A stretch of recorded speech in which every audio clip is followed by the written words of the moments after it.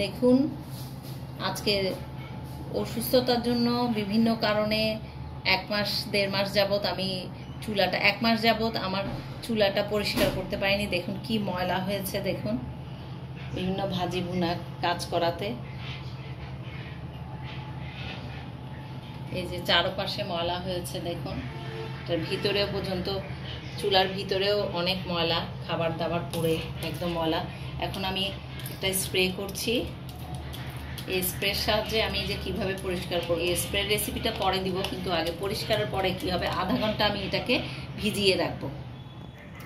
এই যে এই বোতলটিতে একটি মিশ্রণ তৈরি করে, এই মিশ্রণটি দিয়ে আমি এই যে দেখুন এখানে কিভাবে করে ভিজিয়ে রেখেছি, এই যে এইভাবে করে স্প্রে করে ভিজিয়ে রেখেছি। আধা ঘন্টা পর্যন্ত এটা ভিজবে। ভিজার পরে খুব সহজে আমি এটি পরিষ্কার করে ফেলব।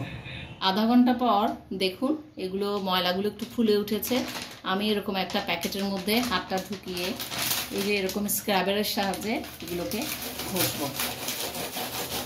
দেখুন সাধারণত এই ময়লাগুলো উঠানো খুবই কষ্টকর, কিন্তু এখন এগুলো খুব সহজে দেখুন পরিষ্কার হয়ে যাচ্ছে।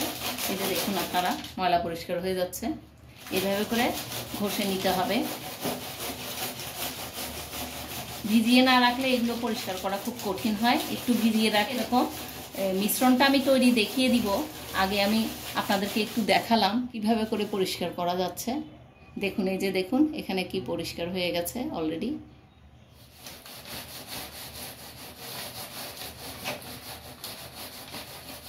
দেখুন কত সহজে পরিষ্কার হয়ে যাচ্ছে।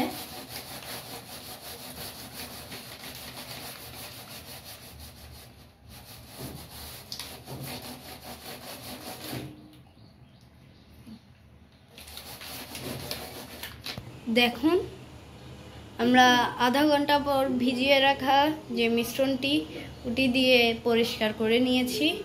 দেখুন সাইড কত ময়লা ছিল, সব ময়লা পরিষ্কার হয়ে গেছে। দেখুন কি ময়লা ছিল এখন নাই।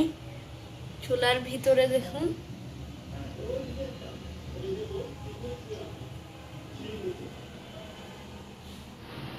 দেখুন নিচের দিকটা পরিষ্কার একদম।